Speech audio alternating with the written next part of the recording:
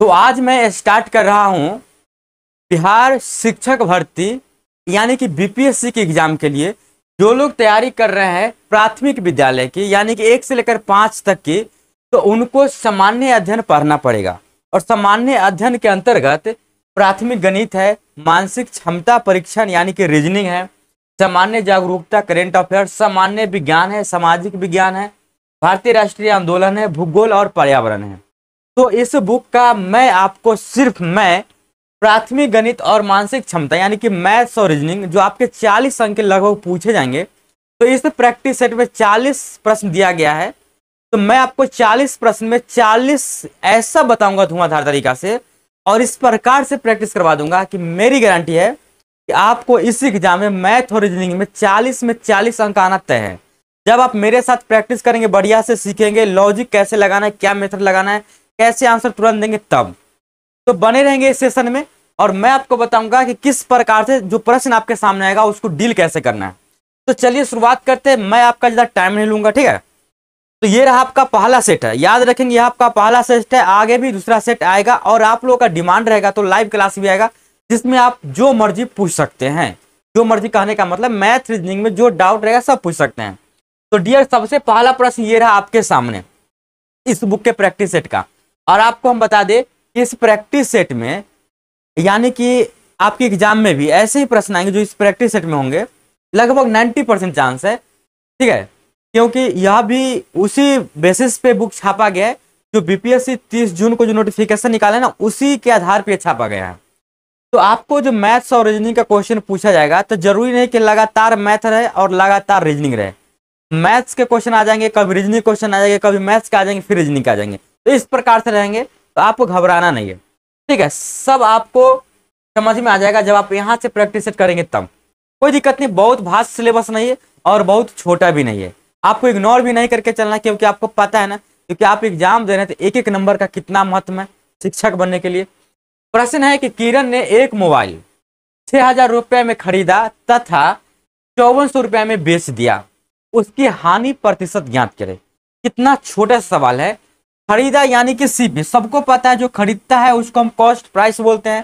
खरीदा गया 6000 में तो सीपी 6000 और बेच दिया गया 5400 में यानी कि सेलिंग प्राइस है 5400। यह बात आप मन ही मन रखते और सोच कर देखते तो 6000 में खरीद कर यदि 5400 में बेचा जाएगा तो जाहिर सी बात है कि हानि ही होगा। यानी कि हानि कितने का होगा, तो बोलेगा सर ये हानि तो हो गया, यहाँ पे 6000 में से 5400 घटाएंगे यानी कि 600 का हानि हुआ। तो आप बोले कि हानि 600 का है, लेकिन यहाँ पे आपको हानि नहीं बताना है, हानि प्रतिशत बताना है। तो हानि प्रतिशत निकालने के लिए जो हानि होता है उसके बाटा में सीपी रखते हैं, कॉस्ट प्राइस। तो सीपी यहाँ पे 6000 है तो नीचे रखेंगे 6000, अब गुना कर देंगे 100 से परसेंट में चेंज करने के लिए। तो यह हो गया हानि से हानि परसेंट, हो गया काम खत्म। डबल जीरो से इसको काटिए, ये जीरो से इसको काटिए, 6 से 6 कट जाएगा। फाइनली आपको बचेगा 10%, यानी कि 10% का लॉस हुआ। कोई दिक्कत बनाने में बन जाएगा, सो इजी प्रश्न है। चलिए अब देखते हैं अगला प्रश्न। अगला प्रश्न ये रहा आपके सामने प्रैक्टिस सेट का। प्रश्न में लिखा गया है कि 2.5 लीटर बराबर डैश डैश मिलीलीटर, मतलब 2.5 लीटर को यदि आप मिलीलीटर में कन्वर्ट करेंगे तो कितना मिलीलीटर आएगा। सबको पता है कि 1 लीटर बराबर, अगर आपको पता नहीं तो आप जान लीजिए, 1 लीटर बराबर 1000 मिलीलीटर होता है यानी कि ml। और वहां पे 2.5 लीटर है यानी कि 1000 का 2.5 गुना होना चाहिए। तो 1000 का 2.5 गुना यानी कि 2500 हो गया, 2500 यानी कि 2500। तो 2500 मिलीलीटर, ऑप्शन 2 इज करेक्ट। कुछ करने का जरूरत है और इसी प्रकार के प्रश्न आपके एग्जाम में रहेंगे, घबराइए नहीं, ठीक है। और ये मैं बार बार यही बोल रहा हूँ कि ना तो आपको हल्का में लेकर चलना है ना तो आपको इजी में। इजी में लेकर चलेंगे छूट जाएगा हल्का, ठीक है, और भारी में लेकर चलेंगे तो आपको पढ़ने में कष्ट होगा। कुछ नहीं, बस सिर्फ प्रैक्टिस करना है, ठीक है, ज्यादा सोचना नहीं, प्रैक्टिस करना है मेरे साथ, आराम से आपका 40 में 40 नंबर आ जाएंगे। प्रश्न लिखा गया है पैटर्न को आगे बढ़ाइए, यानी कि रीजनिंग का क्वेश्चन है। इसी प्रकार से आपके एग्जाम में रहेंगे, कभी मैथ्स आ जाएंगे, कभी रीजनिंग आ जाएंगे। पैटर्न को आगे बढ़ाइए, या अगर लगातार भी रहेंगे तो भी आप बना लेंगे, बशर्ते आपको सीखने का जरूरत है यहाँ पे, ठीक है। तो 118, 120, 122, 124, तो जब आप यहाँ पे देखेंगे 118 से 120 हुआ, कितना का वृद्धि हुआ, तो बोलेंगे सर 2 का वृद्धि हुआ। 120 से 122 कितने का वृद्धि हुआ, 2 का हुआ। 122 से 124 2 का वृद्धि हुआ। आप खुद ही कहेंगे कि सर जी हमेशा 2 का वृद्धि हो रहा है, यानी कि आगे भी 2 का ही वृद्धि होगा, यानी कि 124 में 2 ऐड कर देंगे तो बोल दीजिएगा कि अच्छा सर 126 आना चाहिए, जो कि ऑप्शन नंबर 2 में दिया गया। बन जाएगा, कोई दिक्कत नहीं। चलिए अब देखते हैं अगला प्रश्न, और अगला प्रश्न ये रहा आपके सामने। और अगला प्रश्न आ जाता है मैथमेटिक्स का। प्रश्न दिया गया है, वह बड़ी से बड़ी संख्या ज्ञात करे जिससे 285 और 1249 में भाग देने पर क्रमशः शेष 9 और 7 बचना चाहिए। देखिए इस प्रकार के प्रश्न को कैसे डील करते, यानी कि वह बड़ी से बड़ी संख्या ज्ञात करना है जिसमें यदि हम 285 में यदि भाग दे देंगे तो शेष फल कितना आना चाहिए डियर, 9, शेष आना चाहिए 9। और जब उसी संख्या से अगर 1249 में डिवाइड करेंगे शेष आना चाहिए 7। अच्छा जब शेष 9 आएगा, शेष 7 आएगा, तो सोचिए अगर हम इस संख्या में से शेष को माइनस कर ले तो उस संख्या में जब हम डिवाइड करेंगे तो पूरा पूरा लग जाएगा, 9 शेष बचेगा। यानी कि 285 में से यदि आप 9 घटा लेंगे तो यहाँ पे कितना आ जाएगा, 276 क्या आ जाएगा, और 1249 में से आप 7 घटाएंगे तो 1242 ये आ जाएगा। अब आपको करना कुछ नहीं, यहाँ पे यह चेक कीजिए कि कौन ऐसा ऑप्शन है जिस ऑप्शन के टेबल में 276 आ जाएगा। तो आपको यहाँ पूरा पूरा नजर आ रहा है कि 138 का दोगुना करेंगे तो यहाँ पे यह आ जाएगा 276। अब आपका यह भी कथन होगा कि सर 138 के पहाड़ा में यह आएगा कि नहीं आएगा, तो आप चेक कर लीजिए ना, चेक कर लीजिएगा कैसे 138 के पहाड़ा एक बार में नहीं लगेगा। तो मन ही मन सोचिए यहाँ पे 10 मरतबे तो हम लगा नहीं सकते, 10 मरतबे लगाएंगे 1380, लेकिन हमें चाहिए 1242। तो यहाँ पे 1380 है, 138 है, तो 10 बार में नहीं लगा कि यदि 9 से गुना करते हैं तो क्या है इतना आ जाएगा, 9 8 72 के 2 हासिल 7, 9 3 27 और 7 34 हासिल 3, 9 कम 9 3 12, यानी कि ऑप्शन ए से ही कट गया। इसीलिए सबसे बड़ी संख्या होगा 138। जब 138 में इससे डिवाइड करेंगे इसमें तो पूरा पूरा कर जाएगा, इसमें भी पूरा पूरा कर जाएगा, और इसी में 9 ऐड कर देंगे, 7 ऐड कर देंगे तो 9 और 7 शेषफल बच जाएगा। उम्मीद है बात समझ गए होंगे। चलिए बढ़ते हैं अगले प्रश्न की तरफ, और अगला प्रश्न ये रहा आपके सामने। चलिए बनाइए इस प्रश्न को, देखिए आप भी ट्राई करके कि आपसे यह प्रश्न बनेगा या नहीं बनेगा। उम्मीद है कि दिखने में कोई दिक्कत ना होगा, क्लियर दिखता होगा। लिखा गया है कि ए बी सी तथा डी 5 अंकों की संख्याएं हैं तथा प्रत्येक में 9 केवल एक बार आया है एवं इसका स्थान दर्शाया गया है। शेष अंकों के बारे में कुछ भी ज्ञात नहीं है, माने ऑप्शन ए है, बी है, सी है और डी है। यह सब 5 अंकों की संख्याएं हैं, यह सभी में 9 आया है, तो 9 इसमें भी आएगा, ठीक ना, आएगा नहीं बल्कि आया है। तो 9 यहाँ पे है, यहाँ इस संख्या में ए में, यहाँ पे 9 है, यहाँ पे 9 है और यहाँ पे 9 है। आपको यह बताना है कि ए बी सी और डी के बारे में आप क्या कह सकते हैं। पहला ऑप्शन है कि चारों संख्याओं में डी सबसे छोटी संख्या है, क्या डी सबसे छोटी संख्या होगी। आगे विचार करते हैं। यहाँ पे 9 है, बाकी संख्या के बारे में निर्धारित नहीं किया गया, अपना मन से आप कुछ भी रख सकते हैं, लेकिन ध्यान रहे कि यहाँ 9 सिर्फ एक बार लिखना है, 9 के छोड़ के आप लिख सकते हैं। 9 को छोड़ दीजिए तब लिखिए, और जो संख्या यहाँ पे बैठाएंगे वही आपको सब जगह बैठाना पड़ेगा। उसके बाद है बी छोटी है सी से, मतलब बी जो छोटा होगा वह सी से। आपको लग रहा है कि बी छोटा होगा सी से, बी छोटा कभी हो ही नहीं सकता। यहाँ पे 9 है, अगर यहाँ पे सिर्फ हम 0 0 0 ही बैठाएंगे तो इससे ज्यादा ही आएगा। यहाँ पे सिर्फ 0 0 बैठा देंगे और यहाँ पे बहुत करेंगे तो 8 और 8 बैठा देंगे, फिर भी बी बड़ा होगा सी से, लेकिन यहाँ पे बी छोटी है सी से, जो कि गलत है, ये गलत हो गया। अगला पढ़ेंगे, चारों संख्याओं में ए सबसे बड़ी है। ए के बारे में बात किया जाए तो ए का स्थान इकाई दहाई सैकड़ा हजार 10,000 रुपये है। अब यहाँ पे 9 फिक्स है, अब इसके आगे कोई भी अंक ले लेंगे, यदि हम सिर्फ 0 0 भी ले लेते हैं तो यह आपका 90,000 हो जाएगा, और बाकी में यदि 0 0 रखेंगे तो यह सबसे बड़ा निकल के यही आएगा, यानी कि ऑप्शन 3 इज करेक्ट। और चारों संख्याओं में सी सबसे बड़ी है, ये तो गलत है। चारों संख्याओं में ये सबसे बड़ी होगा, क्योंकि 10,000वें स्थान पे अगर 9 आ जाएगा तो वो ज्यादा होगा। आप खुद से सोचिए कि आपको हम 2 अंकों की संख्या बनाने के लिए देंगे और बोलेंगे कि आपको 2 अंकों की संख्या बनाना है, एक उसमें अंक फिक्स होना चाहिए 9, दूसरा अंक अपना मन से आप कुछ भी लिख सकते हैं। तो मान लीजिए कि ऐसा 2 संख्या बनेगा, 2 ही बनेगा, 2 से तो अधिक बनेगा नहीं। तो आप सोचिए यहाँ पे 9 रखेंगे और यहाँ पे कुछ भी रखिए 0 तो 90 बनेगा।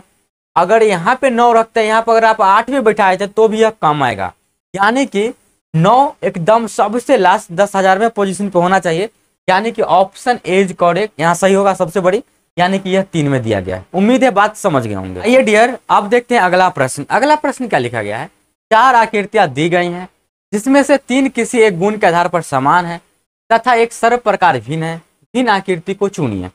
अब इसमें आपको कौन ऐसा आकृति जो भिन्न लौक रहा है, यह एक लॉजिकल क्वेश्चन है और रीजनिंग का है। जब यहाँ पे आप ध्यान देंगे तो यह त्रिभुज है और त्रिभुज में भुजा की संख्या होता है 3 और यहाँ पे जो बूंद का दिया गया है या इसको सर्कल बोलिए वह भी 3 है, मतलब भुजा 3 तो इसके अंदर डार्क सर्कल भी 3 है। इसमें अगर देखा जाए तो इसमें भुजा की संख्या 1 2 3 4 5 है, लेकिन इसमें सर्कल मात्र 4 है। अगला में चेक करेंगे तो ये 4 इसमें है भुजा और ये 4 सर्कल है, तो इसमें 3 भुजा 3 सर्कल, 4 भुजा 4 सर्कल। इसमें देखेंगे तो 1 2 3 4 5 6 भुजा है और 6 सर्कल है, तो जितना भुजा उसके अंदर उतना ही सर्कल, तो ये सब क्या है समान है। और ये सबसे जो डिफरेंट है वो है ऑप्शन 2, क्योंकि इसमें 5 भुजा है और मात्र 4 सर्कल है। समझ गए होंगे, कोई दिक्कत नहीं। अब चलिए बढ़ते हैं अगले प्रश्न की तरफ और अगला प्रश्न ये रहा आपके सामने। देखिए मेरे क्लास में आपको कुछ टाइम लगेंगे, लेकिन ये बात हम जरूर कहेंगे कि आप इतना बढ़िया से सीख जाएंगे ना, आपको आने वाले प्रश्न भविष्य में जो भी होगा एग्जाम में एक भी नहीं छूटेगा, दिक्कत ही नहीं होगा। तो यहीं से आप क्लास कीजिए, ज़्यादा बेटर रहेगा मैथ्स रीजनिंग के लिए। इतना बेहतर तरीका से मुझे उम्मीद है कि यूट्यूब पे आपको कोई भी नहीं कराएगा, इतना प्यार से और प्रेम से। ध्यान दीजिए क्या लिखा गया है, मेरा जन्मदिन मेरे भाई के जन्मदिन के 64 दिन बाद पड़ता है। यदि मेरे भाई का जन्मदिन सोमवार का है तो मेरा जन्मदिन किस दिन होगा। मतलब भाई का जो जन्मदिन है वह किस दिन है, भाई का जन्मदिन सोमवार। और आपको हम शॉर्ट वीडियो के माध्यम से बता चुके हैं कि आज अगर सोमवार है तो आज से 1000 बाद दिन निकालना पड़े, 100 दिन बाद निकालना पड़े, 64 दिन बाद निकालना पड़े, गिनती करके नहीं जाना। आपको पता होना चाहिए कि प्रत्येक 7 दिन बाद सेम टू सेम दिन आता है। जैसे आज अगर सोमवार है, आज से हम 7 दिन गिनती करेंगे तो फिर सोमवार ही आएगा। तो यहाँ पे 64 दिन बाद बोला है तो 64 में डिवाइड कर लेना है 7 से। 7 के पहाड़ा 9 मरतबे 63 आ जाएगा और ये घटा देंगे तो 1 आ जाएगा। यह 1 का मतलब हुआ कि सोमवार से 1 दिन आगे जाना चाहिए मेरा डेट ऑफ बर्थ, यानी कि सोमवार से कितना जो शेष फल रहेगा उससे 1 दिन आगे। सोमवार से 1 दिन आगे कौन सा दिन आएगा, मंगलवार। ऑप्शन 1 इज करेक्ट, हो जाएगा, कोई दिक्कत नहीं। चलिए लाइव क्लास में आएंगे और मजा आएगा। तत्काल अभी आप रिकॉर्डेड क्लास कीजिए, जब आप लोग का प्यार और डिमांड रहेगा तो लाइव क्लास आएगा, आप अपना डाउट पूछ सकते हैं। एक विशिष्ट कोड भाषा में क्लेम को 69431 लिखा जाता है तो MOCT को इतना लिखा जाता है, इसी कोड भाषा में फैक्ट को क्या लिखा जाएगा। अब यहाँ पे यदि आप ध्यान देंगे आराम से लिख करके, तो यहाँ पे आप लिखिए फिल्म। देखिए करने का सबसे बेस्ट तरीका रहेगा ऊपर और नीचा करके यदि आप लिखते हैं तत्काल तो आपको समझ में कुछ ज्यादा ही आएगा। FLAME फिल्म, फिल्म को लिखा गया 6943 और 1 के बाद MOCT इसको लिखा गया है 3872 और आपको बताना है FACT। अब यहाँ पे ध्यान दिया जाए तो F का मान 6 होता है, लेकिन यहाँ पे 6 का 6 दिया गया है। L का मान 12 होता है और ये 12 का 9 दिया गया, यानी कि 3 कम। A का मान 1 होता है और यहाँ पे 4 दिया गया, 3 ज्यादा दिया गया। M का मान 13 होता है, यहाँ पे 3 कम 10 दिया गया है। E का मान 5 होता है और यहाँ पर 1 दिया गया है, 4 कम। यह कोई पैटर्न पे नहीं बैठ रहा है। यहाँ पे क्या किया गया है कि सभी अक्षर का एक अलग अलग कोडिंग दिया गया है, यानी कि F का कोडिंग क्या है 6 और आपको निकालना है फैक्ट का, तो F का कोडिंग लिखेगा 6। उसके बाद A यहाँ पे यूज हुआ है और A का कोडिंग दिया गया है 4, यानी कि 6 के बाद लिखिए 4।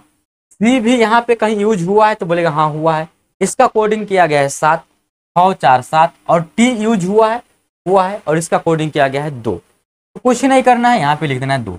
64 72 आपको कहीं नजर आ रहा है, बोलेगा जी सर जी ऑप्शन 1 में ही नजर आ रहा है, यानी कि ऑप्शन ए सही। जब इस प्रकार के प्रश्न में कोई लॉजिक नहीं लगे कि कितना बढ़ता है कितना घटता है, तो समझ जाएंगे कि जो लेटर दिया गया है ना, और वो जो कोडिंग क्या है सेम वही कोडिंग भी आपको करना है। चलिए बढ़ते हैं अगले प्रश्न की तरफ और अगला प्रश्न ये रहा आपके सामने। अब ये देखिए प्रश्न क्या है, पक्षी जैसे घोंसला से संबंधित है वैसे आदमी किससे संबंधित होगा। आप सबको पता है कि पक्षी घोंसला से किस प्रकार संबंधित है, तो पक्षी घोंसला में रहती है। तो आदमी कहाँ रहता है, बोलेगा सर ये तो छोटी मोटी बात बता रहे हैं, इसका घर आंसर मार दीजिए। अब कुछ लोग ये भी बोलेंगे सर आदमी तो दुकान में भी रहता है। अच्छा दुकान में आदमी नहीं रहता है, दुकानदार बोला जाता है उसको। आदमी तो कार्यालय में भी रहता है, नहीं कार्यालय में ऑफिसर रहता है। आदमी तो विद्यालय में भी रहता है, नहीं आप विद्यालय में जाएंगे तो आप टीचर बन जाएंगे। आदमी जो होता है आदमी वो घर में रहता है, ठीक है। सब जगह आदमी रहता है लेकिन उसका पद अलग अलग होता है, लेकिन सिंपल आदमी की बात करें तो वह घर में रहता है, ठीक है। अब चलिए बढ़ते हैं अगले प्रश्न की तरफ, और अगला प्रश्न ये रहा आपके सामने। ये पेपर कटिंग का सवाल है, इसमें थोड़ा सा आपको समझने में कष्ट हो सकता है जब तक आप प्रैक्टिकली खुद से ना करेंगे। अगर आपको दिक्कत होगा तो आप हमें बता दीजिएगा, एक दिन में पेपर कटिंग का स्पेशल क्लास लूंगा। पेपर काट के मैं आपको बताऊंगा कि कैसे काटेंगे तो कहाँ पे कैसे जाता है। सो ये पेपर है किस टाइप का, यह पेपर है स्क्वायर टाइप का। पहले यहाँ से चिन्ह देने का मतलब कि इसको ऐसे करके ऐसे मोड़ दिया जाता है, फिर इसको ऐसे मोड़ दिया जाता है। अब ये जो ऐसे बनेगा मोड़ने के बाद ये वाला अब यहाँ गया, फिर इसको ऐसे मोड़ दिया जाता है और तब जाके यहाँ पे काट दिया जाता है। अब इसको खोल देंगे तो सोचिए यह कॉर्नर पे काटा है, तो खोलने के बाद कॉर्नर पे हर कॉर्नर पे काटा हुआ होना चाहिए। यहाँ पे ऑप्शन सिर्फ चेक कीजिए। अब यहाँ पे गलती ढूंढना है, जब ऐसा प्रश्न आएगा तो गलती ढूंढिए, गलती कर लेंगे तो सही को निकल जाएगा एक। यहाँ पे सभी कॉर्नर पे काटा हुआ होना चाहिए। यहाँ पे ये कॉर्नर पे काटा है और ये कॉर्नर पे भी काटा है, ये कॉर्नर पे भी, लेकिन ये कॉर्नर और ये कॉर्नर का डिजाइन अलग है, सबका डिजाइन सेम आना चाहिए, तो ये गलत हो गया। इसमें कॉर्नर पे काटा है और ये कॉर्नर के साइड जब खोलेंगे तो इधर भी आना चाहिए, और यहाँ सिर्फ इधर है, इधर तो है ही नहीं, तो यह भी गलत हो गया। आगे ध्यान देंगे तो इस कॉर्नर में काटा है ऑप्शन 4 में, लेकिन यहाँ पे अलग डिजाइन है, इस कॉर्नर में काटा ही नहीं है, और यहाँ पे अलग डिजाइन है और यहाँ काटा ही नहीं है, तो ये गलत हो जाएगा।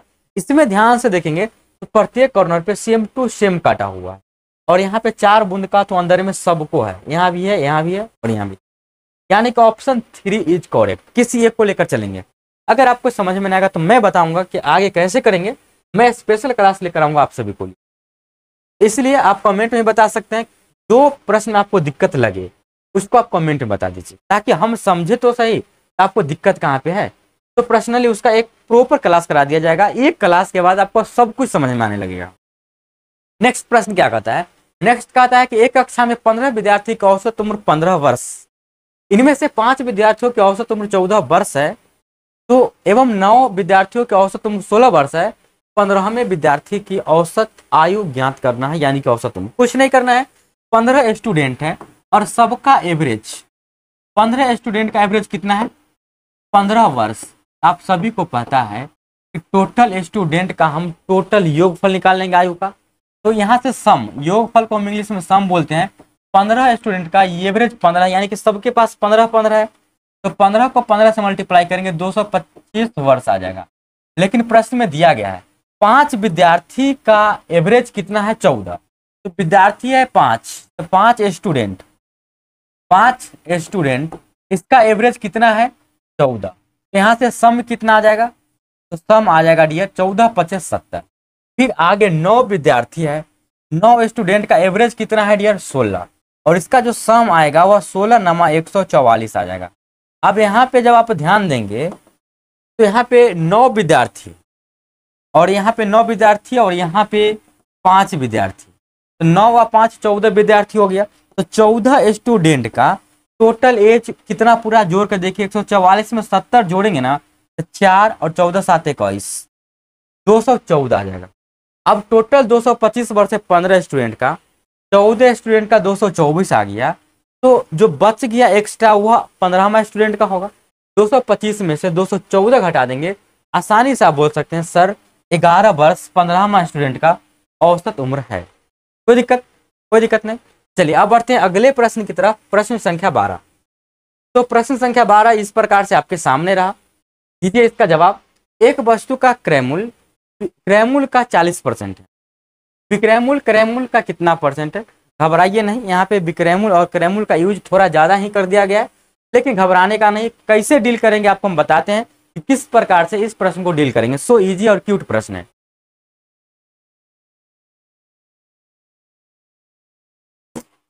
आप लोग भी बीच बीच में पानी पीते रहिए, ठीक है। कुछ करना है, एक वस्तु का क्रय मूल्य यानी कि वस्तु का जो सीपी होगा ना, वह विक्रय मूल्य का 40%, यह विक्रय मूल्य लिख दिए। 40% को हम डायरेक्ट 40/100 को 20 के पारा में 20 दूना 40 से 20 25 100 लिख सकते हैं। इतना तो आप समझ ही सकते हैं, आप मास्टर साहब हैं। तो 40% मतलब 40/100 लिखते, इसी को हम काट करके 20 दूना 40 20 25 100 लिख देते। ऐसा इसलिए करेंगे ताकि यह आसान हो जाए। एसपी को अगर इधर आप ले आते हैं तो यहाँ पे बन जाएगा आपको सीपी बटा में एसपी, और यह हो जाएगा 2/5। अब यहाँ से ध्यान दीजिए, पूछा गया है कि विक्रय मूल्य जो है क्रय मूल्य का, अच्छा का किसके नीचे आया, का किसके साथ आया, तो क्रय मूल्य का, तो जिसके साथ का आएगा उसको नीचे, क्रय मूल्य के साथ का आया है तो क्रय मूल्य को नीचे, यानी कि 2 को रखे नीचे, जो बच गया उसको ऊपर, तो विक्रय मूल्य को ऊपर। कितना प्रतिशत है, तो प्रतिशत में बदलने के लिए 100 से गुना।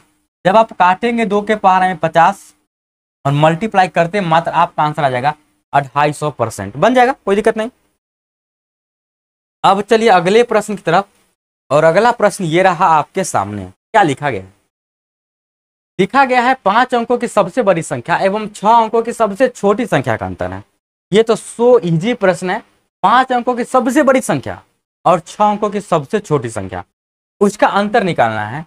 तो 6 अंकों की सबसे छोटी संख्या 1 पर 5 जीरो, पता है आपको, 2 4 5 जीरो, और 5 अंकों की सबसे बड़ी संख्या 5 9, 1 2 3 4 5। अब आपस में इसको घटा लीजिए।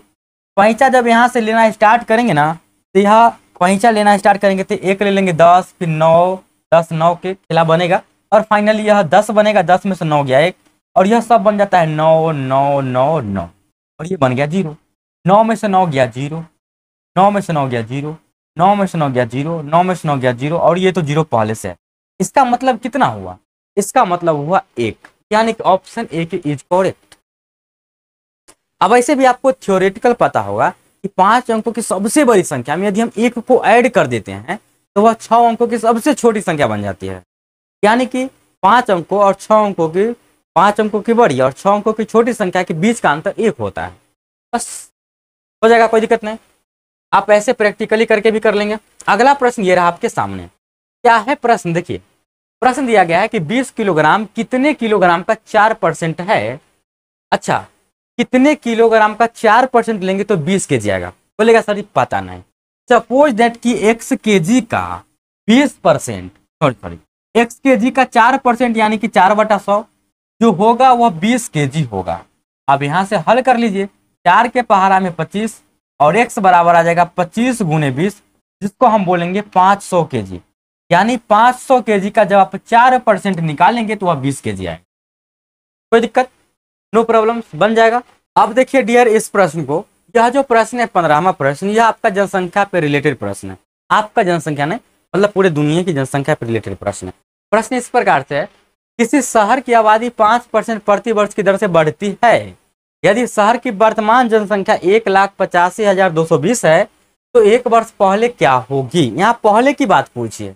आप सभी को पता है कि वर्तमान में जनसंख्या 1,85,220 है, 5% प्रति वर्ष बढ़ रहा है, तो अगला साल का यदि हम निकालते तो 105% हो जाता है जनसंख्या। 105%, 100 में जोड़ देते हैं, लेकिन हमको अगला साल का नहीं निकालना, हमको इसे पीछे का निकालना है। आगे का निकालना था तो 105/100 से गुना किए, लेकिन जब हम पीछे जाएंगे, उल्टा जाएंगे तो उल्टा से गुना करेंगे, यानी कि हम गुना करेंगे 100/105 से। 5 के पहाड़ा में काटेंगे 20 और 5 के पहाड़ा में काटेंगे 21।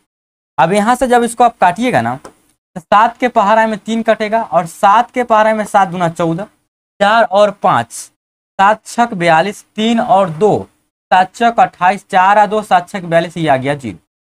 अब 3 से यह कटेगा कि नहीं कटेगा? 2 और 6 8, 4 12, 6 18, आराम से यह कट जाएगा 3 से। 3 8 24, फिर 3 8 24, 3 दूना 6 और ये आ गया। जब गुना करेंगे आपस में तो डबल 0 तो आना तय ही है, तो ऑप्शन 3 का भी नहीं हो सकता क्योंकि यहाँ पे 000 है। आगे जब चेक करेंगे आप, 2 से मल्टीप्लाई करेंगे, 2 दूना 4, अच्छा तो 4 जो आ रहा है सिर्फ इस ऑप्शन में आ रहा है, यानी कि ऑप्शन 2 इज करेक्ट, बाकी यह गलत हो जाएगा। क्या है, कोई बड़ी बात नहीं, बना लेंगे ना, 2 दूना 4, 8 दूना 16, 8 दूना 16, 17 हो जाएगा। चलिए बढ़ते हैं अगले प्रश्न की तरफ, और अगला प्रश्न रहा आपका रीजनिंग का। तो बनाइए इसको, देखिए बना के पॉज करके बनता है कि नहीं आपसे। प्रश्न है कि एक विशिष्ट कोड भाषा में गेम को HCPI लिखा जाता है, इसी कोड भाषा में प्ले को क्या लिखा जाएगा। कुछ करना नहीं है, सबसे आसान विधि जिसमें आपको हमेशा के लिए समझ में आ जाएगा कि क्या लॉजिक लग रहा है, ऊपर और नीचा करके लिखिए आराम से।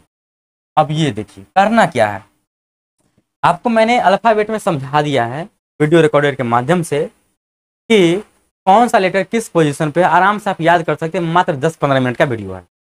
जी जो आता है वह 7 नंबर पे आता है, ए 1 नंबर पे आता है, M 13 पे आता है, E 5 पे आता है। लेटर पोजीशन लिखने से काफ़ी आसान हो जाएगा।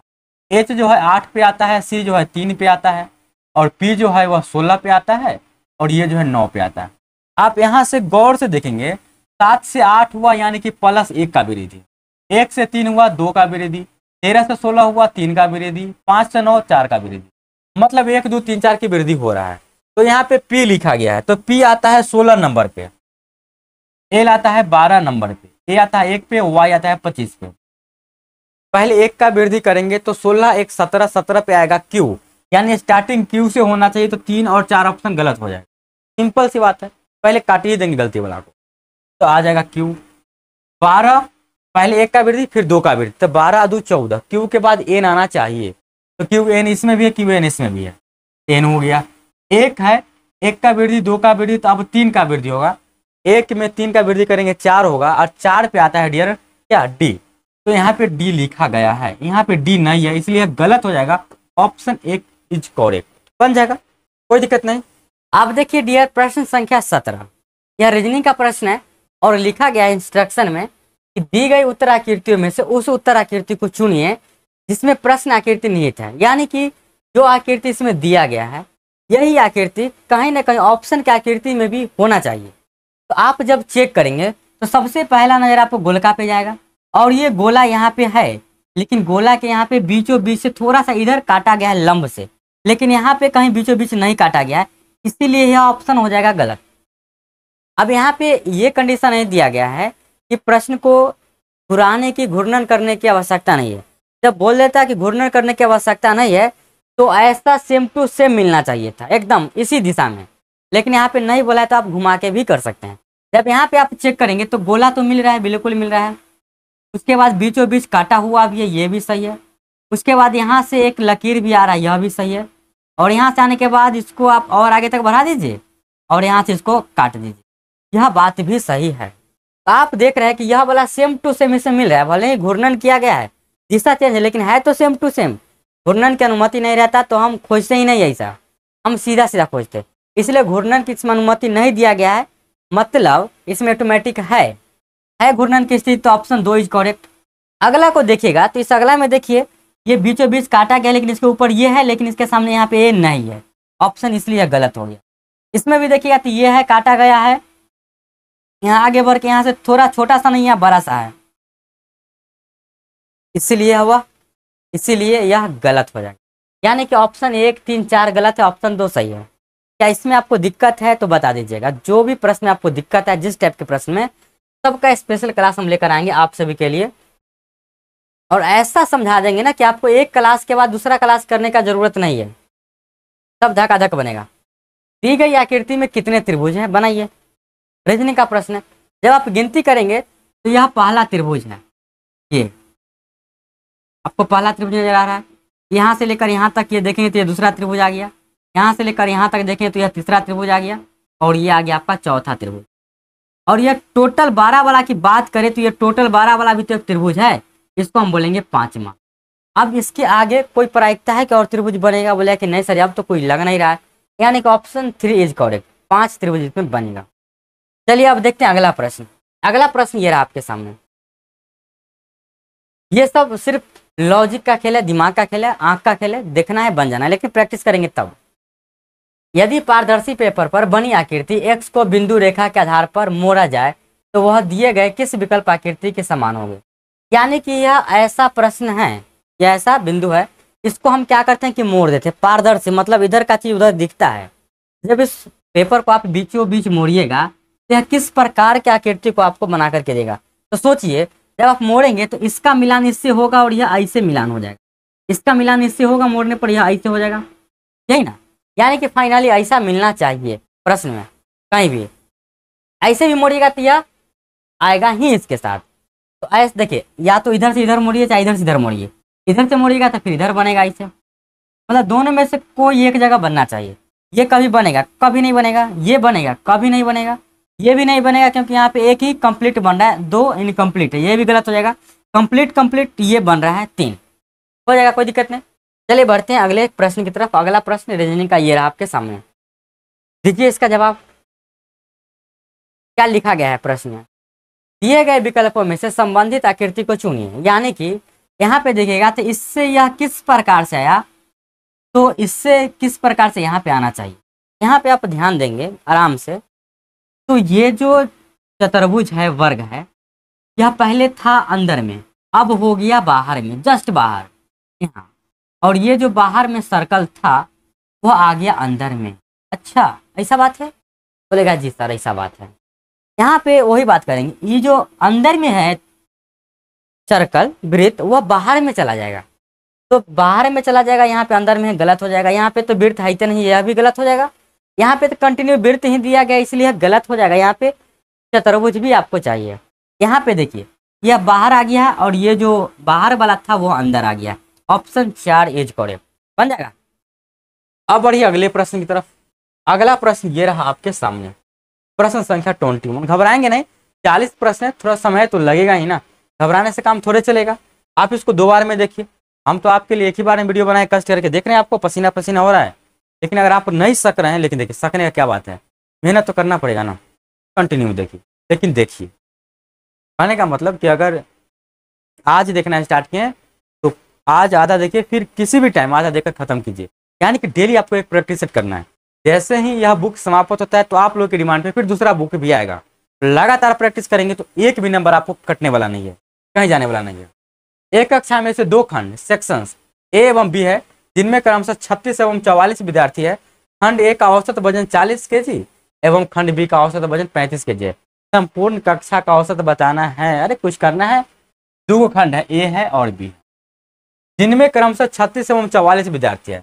स्टूडेंट के बारे में बात किया जाए तो इसमें 36 स्टूडेंट है और इसमें 44 स्टूडेंट, यही ना। उसके बाद एवरेज का बात किया जाए तो एवरेज वजन इसका 40 kg है और इसका है 35 kg। आप टोटल का एवरेज निकालने के लिए कुछ नहीं करेंगे, आप यही नहीं करेंगे कि मल्टीप्लाई करके सबको जोड़ देंगे, 36 और 44 को ऐड करेंगे और डिवाइड कर देंगे। ये भी तरीका सही है। मैं आपको दूसरा तरीका बताता हूँ। करना क्या है कि जो संख्या वाला रहता है ना, उसको किसी न किसी एक टेबल में काट लीजिए। 4 के पहाड़ा में 9 कटेगा, 4 के पहाड़ा में 11 हो गया। अब यहाँ से क्या करना है कि 40 या 35 किसी एक को मान लीजिए। हम मान लेते हैं कि एवरेज सबका 40 है, तो 40 एवरेज है। 40 से यह कितना ज़्यादा है या कितना कम है? बोलेगा सर ये तो 5 कम है, तो माइनस कर देंगे। कितना कम है? 5 कम है। और कितने लोगों के पास कम है? यह 11 लोगों के पास कम है। 11 से मल्टीप्लाई, और यह जो कम होगा यह टोटल में होगा, यानी कि टोटल विद्यार्थी में होगा। 11 और 9 20 विद्यार्थी में होगा, तो 20 से डिवाइड कर देंगे। 40 माइनस 11 पचे 55, डिवाइड करेंगे 20 से। जब इसको आप डिवाइड करेंगे 40 माइनस, जब यहाँ डिवाइड करेंगे 55 में 20 से, तो यह आ जाएगा 27.5, यानी कि 2.75। अब क्या कीजिए कि 40 में से 2.75 घटाएंगे, तो 40 में से 2 घटाइए 38, 38 में से भी आप 0.75 घटा रहे हैं, यानी कि 37.25। Option 3 is correct. इस प्रकार से बना सकते हैं। दूसरा तरीका भी आपको पता है कि इसका गुना सबको जोड़ दीजिए, 36 और 44 80 से डिवाइड कर दीजिए, उससे भी आपका आंसर आ जाएगा। अब देखिए इस प्रश्न को लिखा गया है कि एक आयत की परिमिति एवं उसकी चौड़ाई का अनुपात 5:1 है। यदि आयत का क्षेत्रफल 216 वर्ग सेंटीमीटर है तो आयत की लंबाई ज्ञात करना है। सो इजी प्रश्न है, कैसे बनाएंगे देखिए। करना क्या है आपको, यह एक आयत का निर्माण कीजिए और इस आयत में आप बी मानिए और एल मानिए। सपोज दैट कुछ भी मान सकते हैं, एल को हम तत्काल एल मान लिए, बी को तत्काल हम बी मान लिए। अब यहाँ पे अनुपात दिया गया है किसका? परिमाप एवं चौड़ाई। तो परिमाप और चौड़ाई का अनुपात दिया गया है, तो उसी अनुपात को आप परिमाप बटा में चौड़ाई लिख सकते हैं। और यह अनुपात दिया गया है 5:1, यानी कि 5/1। अब यहाँ पे परिमाप की बात किया जाए तो परिमाप क्या होता है? 2 × L + B, यही ना होता है। तो 2 × L + B होगा इसका परिमाप, 2 × L + B, और चौड़ाई इसका हुआ B बराबर 5/1। जब इसको क्रॉस मल्टीप्लाई करेंगे तो एक को इससे मल्टीप्लाई करेंगे कोई फर्क नहीं पड़ेगा, तो इसको आप लिख सकते हैं 12 + 2b भी लिख सकते थे, बराबर यह 5 भी आ गया। b को एक साइड ले जाएंगे तो 12 बराबर आपको आ जाएगा 5 भी, और यहाँ से l बटा b कर लेंगे, b को इधर ले आएंगे तो यह 5 बटा आ जाएगा 2, यानी l का मान 5, तो b सॉरी 5 नहीं आएगा क्योंकि यहाँ 5 में से 2 गया तो 3 आ जाएगा। यहाँ पे कितना आना चाहिए डियर? 3 आना चाहिए, यहाँ पे आना चाहिए कितना? 3। ध्यान रहे ये 3 आएगा, ये 3 आएगा, घटाने में गलती आ दी है। l का मान 3, b का मान 2, लेकिन l का मान 3 नहीं मान के आप 3x मानिए, b का मान 2 नहीं मान के आप 2x मानिए, क्योंकि यह मान सिर्फ आया है, करेक्ट नहीं आया। अब इसका क्षेत्रफल 216 वर्ग सेंटीमीटर दिया गया है, लेकिन जब आप क्षेत्रफल निकालते हैं तो l गुने b करते हैं, तो जब l गुने b करेंगे तो 3 दूना 6x² आएगा, और यह दिया गया है 216। 6 के पारा में काटेंगे तो यह 36 आएगा, स्क्वायर हटाएंगे तो रूट अंडर देंगे, x बराबर आ गया 6। लेकिन आपको चाहिए क्या? इसकी लंबाई, तो लंबाई का मतलब 3x है, यानी कि 3x बराबर 3 गुने 6, जिसको हम बोलेंगे 18। ऑप्शन 2 इज करेक्ट, बन जाएगा, कोई दिक्कत नहीं, आसान है। चलिए बढ़ते हैं अगले प्रश्न की तरफ, और अगला प्रश्न ये रहा आपके सामने। तो इजी प्रश्न है, भिन्न का जोड़ घटाव है, बना लेंगे आप। 2 भिन्न 2/5 तथा 3/4 का योग निम्नांकित रूप से ज्ञात किया जा सकता है। किस रूप से ज्ञात किया जा सकता है? आप सोचिए, भिन्न का जोड़ है, योग बोला है तो 2/5 + 3/4 करना होगा। 5 और 4 का एलसीएम 20 होता है ना, इसी 20 को हम 5 गुने 4 लिख सकते हैं, कोई दिक्कत नहीं। 4 गुने 2 यहाँ लिखिएगा, अब प्लस 5 गुने 3 लिखिएगा। ऐसा आपको कहीं पे दिख रहा है क्या? बोलेगा जी सर दिख रहा है, ऑप्शन 1 में, ऑप्शन 1 करेक्ट हो जाएगा, बन जाएगा, कोई दिक्कत नहीं। अगला प्रश्न ये रहा आपके सामने। प्रश्न क्या लिखा गया है? एक व्यक्ति अपनी आय का 25% बचत करता है। यदि वह प्रति माह 3000 रुपये की बचत करता है तो उसकी मासिक आय कितनी है? कुछ करना है। एक व्यक्ति अपनी आय का 25% बचाता है, लेकिन वह रियली में 3000 बचाता है। इसका मतलब है कि 25% का जो मान होगा वह 3000 है।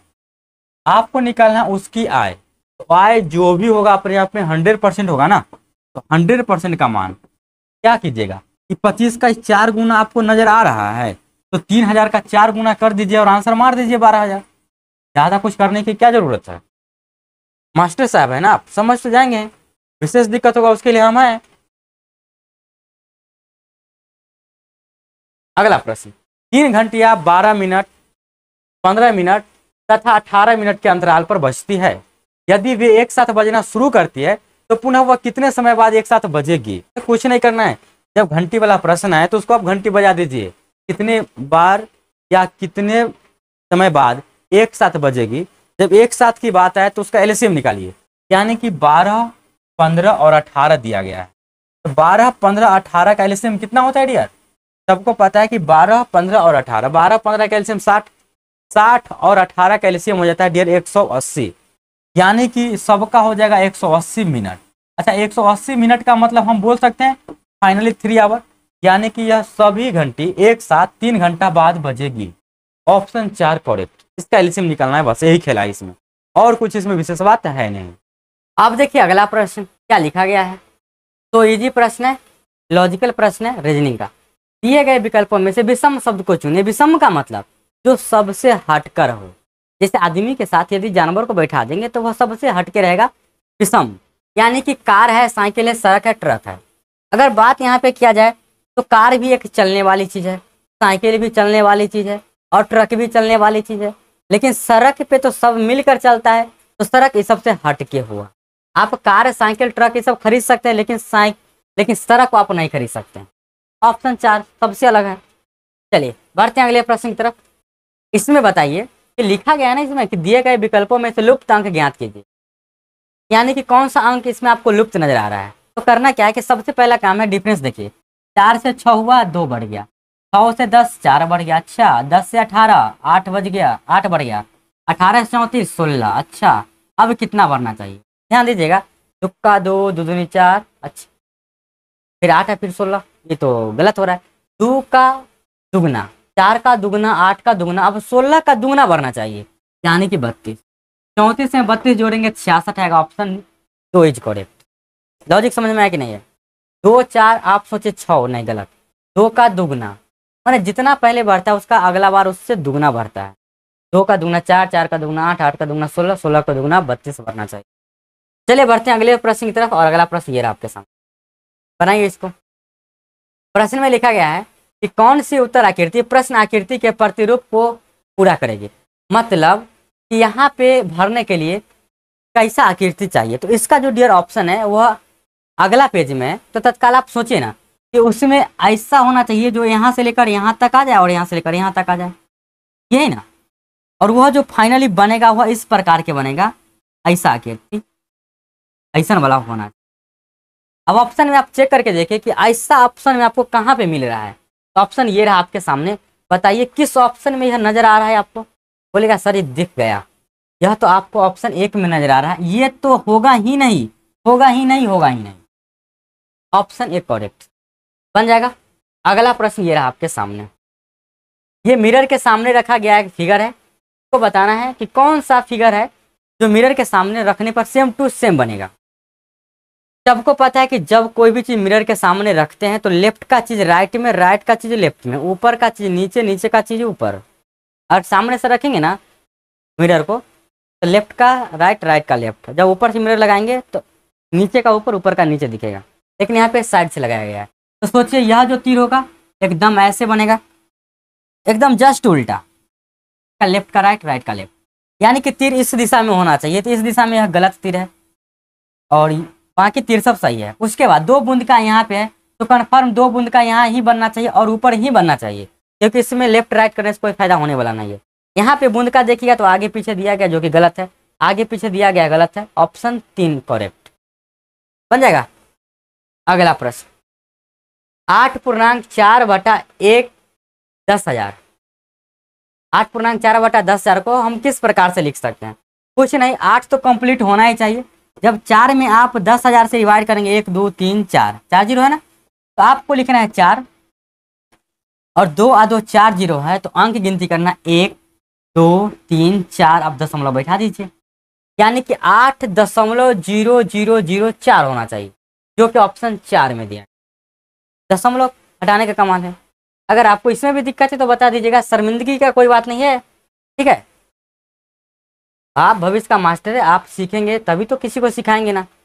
अभी मत बोलिए कि सर ये मास्टर है थे तो सीखने की क्या जरूरत है। सभी मास्टर को सीखने की जरूरत होता है, चाहे हम रहे चाहे कोई भी, तभी तो आप सिखा पाएंगे नया नया चीज। आपको आता है तो कोई दिक्कत नहीं, नहीं आता है तो की बात हम करें। 12 लीटर 75 मिलीलीटर दूध 75 मिलीलीटर धारिता वाली कितनी बोतलों में भरा जाएगा। अरे भाई साहब, 12 लीटर 75 मिलीलीटर दूध है आपके पास और आपको बोतल दे दिए भरने के लिए, और सब बोतल का धारिता यानी कि वॉल्यूम जो है 75 मिलीलीटर का है, तो कितना बोतल चाहिए। तो बोतल की संख्या बराबर, बोतल की संख्या बराबर टोटल आपके पास कितना ml है। तो टोटल है आपके पास 12 लीटर यानी कि 12,000 ml, 75 ml ऊपर से यानी कि 12,075 ml आपके पास है। और आपको जब बोतल में डालना है, सभी बोतल का धारिता है 75 का। आप सोचिए 75 के पहाड़ आप कितना बार पढ़ेंगे तो 12,075 आ जाएगा। कहे कि सर काट के देखेंगे तभी तो पता चलेगा, तो काटिए। 25 के पहाड़ा में तो काट ही सकते हैं, 25 के 75, 25 के पहाड़ा में 25 चौका 100 बच गया, 20 और 7 25 8 200, 25 के 75। 3 के पहाड़ा में काट देंगे, 3 कम 3 3 चौका 3 कम 3, 161 बोतल चाहिए भरने के लिए, हो जाएगा, कोई दिक्कत नहीं। अगला प्रश्न, प्रश्न संख्या 33, ये रहा आपके सामने। देखिए प्रश्न लिखा गया है 8.5 सेंटीमीटर लंबाई तथा 5.2 सेंटीमीटर चौड़ाई वाले आयत की परिमाप बताना है। अब किसको पता नहीं है कि आयत की परिमाप जो होता है, परिमाप बराबर 2 × L+B होता है। जरूरी थोड़ी कि हमेशा आयत को बनाना ही चाहिए हमें। 2 × L का मान 8.5 और B का मान 2.25। जोड़ने में दिक्कत होगा, यहाँ पे 0 दे दीजिए।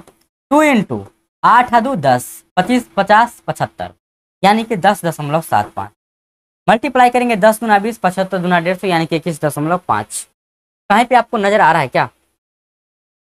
कहीं पे नजर नहीं आ रहा है।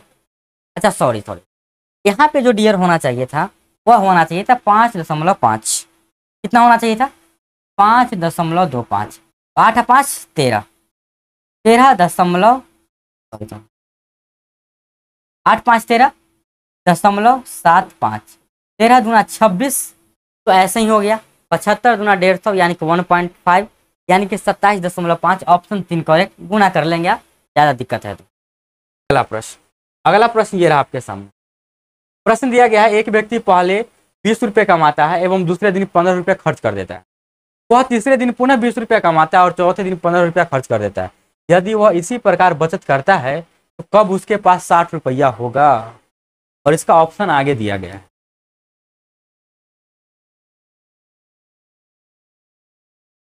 आप लोग भी बीच बीच में पानी पीते रहेंगे। इसका ऑप्शन आगे दिया गया है, 17वां दिन, 18वां दिन, 19वां, 20वां। तो बनाइए इसको। सोचिए कि पहला दिन, एक दिन, अरे इसे लिखते हैं फर्स्ट डे। पहला दिन वह 20 रुपया कमाता है और दूसरा दिन 15 रुपया माइनस यानी कि खर्चा कर देता है। यानी कि 2 दिन में वह बचत कितने का किया? 5 का बचत।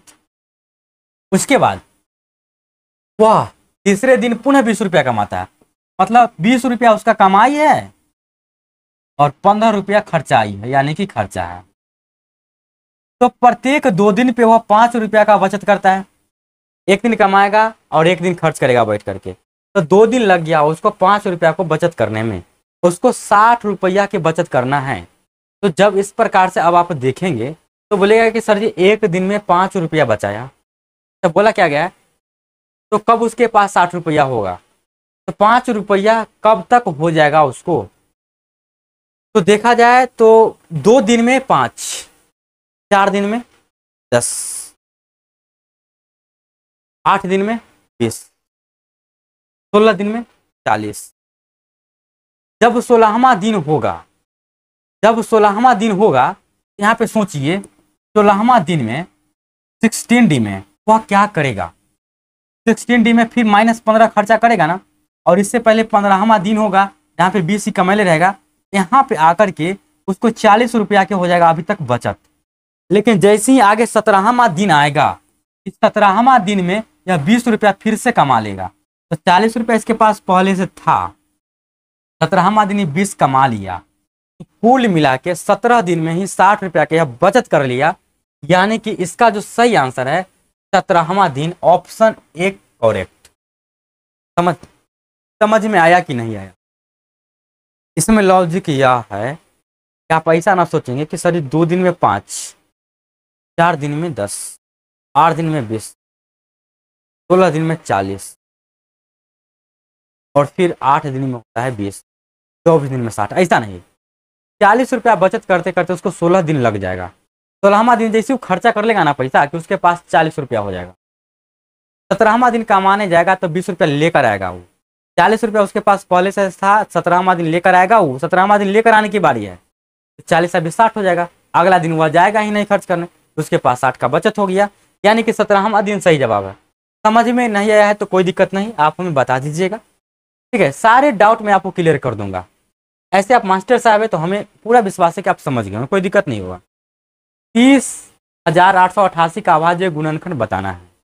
अब जरूरी थोड़ी है कि पूरे का हम अभाज्य गुणनखंड तोड़ेंगे तब जाके हम लिखेंगे, नहीं, हम डायरेक्ट ऑप्शन से चेक करेंगे। किस प्रकार से चेक करना है? सोचिए, मल्टीप्लाई करते हैं तो 2 दूना 4, 4 तिया 12, 12 तिया 36, 36 तिया 108 और यहाँ पे मल्टीप्लाई करेंगे 11 को 13 से तो 143 होता। सोचिए 108 को 143 से मल्टीप्लाई करेंगे तो इकाई अंक 8 त्रिक 24 यानी कि 4 आएगा। लेकिन यहाँ पे इकाई अंक 8 आना चाहिए, इसलिए ऑप्शन 1 कभी नहीं हो सकता है। अगला को चेक करेंगे 2 दूना 4 दूना 8 दूना 16, सॉरी 2 दूना 4 दूना 8, 8 त्रिक 24 तो 72, यहाँ तक 13 गुने 11 143। यहाँ पे यूनिट डिजिट को गुना कीजिएगा, इकाई अंक 3 दूना 6 और यहाँ पे आई हमको चाहिए 8, यानी कि ऑप्शन 2 भी गलत हो जाएगा। आगे चेक करेंगे 2 दूना 4 दूना 8, 8 त्रिक 24 तो 72, 72 तिया 216, 216 को मल्टीप्लाई करेंगे 11 गुने 13 से यानी 143 से, 36 18, यहाँ पे इकाई अंक 8 आ रहा है। लेकिन अभी सही नहीं मारेंगे, अगला को भी चेक करेंगे। अगला को चेक करेंगे तो 2 दूना 4 दूना 8 दूना 16 तिया 48, 48 तिया 144, 144 गुने 11 सत्ते 77, 11 सत्ते 77, 11 के 11 7 18, यह भी मल्टीप्लाई करने पे 8 देता है। तब यह दोनों में झंझट पैदा हो जाएगा कि हम आएंगे पहले तो हम आएंगे, यानी कि कौन सही होगा। तो हम ऐसा करते हैं कि 11 गुने 13 उसमें है, 11 गुने 17 इसमें है, तो हम क्या करते हैं कि अगर इसको ऑप्शन को काटना है तो हम 17 से इसमें डिवाइड लगाकर चेक कर लेते हैं। 17 से इसमें अगर लग गया तो यह सही है, यह सही है। और 13 से लग गया तो यह सही है। तो किसी से भी आप लगाकर चेक कर लीजिए। जब आप चेक करेंगे 17 से लगा करके, यह 17 से लगाइए, 17 एकम 17 बच गया 13 और 8, 17 अठे 36 से, यानी कि 8 2 और 8, 17 एकम 17 11 8। यह नहीं लगेगा 17 के पहाड़ा में, कभी भी यह नहीं लगेगा। अब 13 के पहाड़ा में लगाइए। जब आप 13 के पहाड़ा में लगाएंगे तो 13 दूना 26, 4 8, 13 तिया 39, 9 8, 13 7 91, 13 78 लग गया। यानी कि यह 17 से नहीं लगा, 13 से लगा। फाइनली ऑप्शन 3 करेक्ट होगा, ऑप्शन 4 गलत हो गया, बात खत्म। उम्मीद है बात समझ में आ गया होगा। तो चलिए बढ़ते हैं अगले प्रश्न की तरफ। अब देखिए डियर अगला प्रश्न। अगला प्रश्न है 36 में, ए पिता है एक्स का, बी माता है वाई और जेड की, वाई एकलौती पुत्री है ए की, निम्नलिखित में से कौन सा कथन सत्य नहीं है। यानी कि गलत अफवाह यहाँ पे फैलाया दिया गया होगा, इसका रिलेशन यह लगेगा, वह गलत हो जाएगा। इसमें से 3 ऑप्शन होगा जो बिल्कुल सही रिलेशन दर्शाता होगा, कोई एक ऑप्शन होगा जो गलत रिलेशन को दर्शाता होगा। तो सबसे पहला काम है फैमिली डायग्राम बनाना। कैसे बनाते देखिए, ए पिता है तो प्लस पुरुष के लिए, और एक्स का पिता है तो इसका बेटा या बेटी से नीचे आएगा। आगे कंडीशन है बी जो है माता है वाई और जेड की, बी माता होनी चाहिए वाई और जेड की, वाई और जेड की माता है, यानी कि वाई या जेड आपस में भाई बहन। लेकिन वाई इकलौती पुत्री है ए की, वाई जो है ए की पुत्री होगी लेकिन इकलौती। इसका मतलब है कि वाई अगर पुत्री इसकी लग रही है कि ए और बी आपस में पति और पत्नी है, तभी तो इसकी बाल बच्चा, इसका भी बाल बच्चा होगा। बात समझ में आ गया होगा। और यह पुत्री है तो इसके नीचे आ जाएगा। अब यहाँ पे एकलौती पुत्री कहने का मतलब है कि इसके पास वाई सिर्फ एक पुत्री है, तो बाकी एक्स और जेड क्या होगा, पुत्र होगा। हो गया, बात खत्म। बी पत्नी है ए की, तो बी पत्नी है ए की, बात एकदम सही है, यह रिश्ता सही है, वहां सत्य नहीं है सो बताना है, ये नहीं हो सकता ऑप्शन। बी को एक पुत्र है, यह भी बात सही है कि बी को एक पुत्री है। वाई पुत्र है बी का, वाई जो है पुत्र है बी का, वाई पुत्र कैसे, वाई तो पुत्री है ना बी का, यही गलत है, यह सत्य नहीं है। एक्स भाई है जेड का, ये बात तो सही है, एक्स भाई है जेड का, आपस में भाई भाई है। तो चलिए समझ में आ गया होगा, नहीं समझ में आया होगा तो आप हमें बता सकते हैं, तो मैं आपको इसका भी कंसेप्ट करा दूंगा। जो भी आपको दिक्कत लगे ना छोटा बड़ा प्रश्न में, आप डायरेक्ट हमें बोल दीजिए कमेंट के माध्यम से, हम देख लेंगे। ऐसा मत सोचिएगा कि सर जी हम कितने सर को कमेंट किए लेकिन आज तो कोई सुने नहीं, आप कहीं सुन लीजिएगा, मेरा काम ही है दिन भर का ये है। हम पढ़ाई से और पढ़ने वाले छात्र से बहुत प्यार करते हैं, इसलिए हम उनका कमेंट का रिप्लाई, उनका डाउट क्लियर करने में ना कोई कसर नहीं छोड़ते हैं। वह शब्द चुनिए जो दिए गए शब्द का अनिवार्य भाग है। ड्रामा का सबसे अनिवार्य भाग क्या होगा, कोई भी ड्रामा होगा उसका सबसे अनिवार्य भाग अभिनेता कोई जरूरी नहीं है, निर्देशक कोई जरूरी नहीं है, दर्शक कोई जरूरी नहीं है। ड्रामा का सबसे अनिवार्य भाग होगा, ड्रामा आप तभी कर पाएंगे जब ड्रामा का आप कहानी लिख देंगे तब। बिना कहानी के ड्रामा हो ही नहीं सकता है। ऐसे तो आदमी डेली लाइफ में ड्रामा करते रहता है बिना कहानी लिखे हुए, लेकिन रियली में जो ड्रामा होगा उसका सबसे मेन और अनिवार्य भाग होगा उसका कहानी। जब उसका मेन काम रहेगा तो दर्शक भी आएंगे, अभिनेता भी आएंगे, निर्देशक भी हो जाएंगे सब, लेकिन सबसे अनिवार्य ये रहेगा। ऐसे सब जरूरी है ड्रामा को करने में। अब डियर अगला प्रश्न ये रहा आपके सामने। प्रश्न है कि यदि एक महीने की 13 तारीख को शनिवार है, उसी महीने की 23 तारीख को, 13 को शनिवार,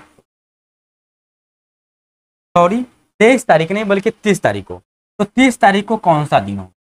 आपको हम बताया ना कि प्रत्येक 7 दिन बाद दिन समान होता है, तो प्रत्येक 7 दिन बाद यदि दिन समान होता है तो 13 में 7 जोड़ देंगे तो 20, यानी कि 20 तारीख को भी शनिवार होगा। 20 में फिर 7 जोड़ देंगे तो 27, 27 को भी शनिवार होगा। अब शनिवार से 3 आगे चल जाएंगे तो 30 तारीख आ जाएगा। तो शनिवार के 3 आगे रविवार, सोमवार और मंगलवार, यानी कि आंसर हो जाएगा मंगलवार।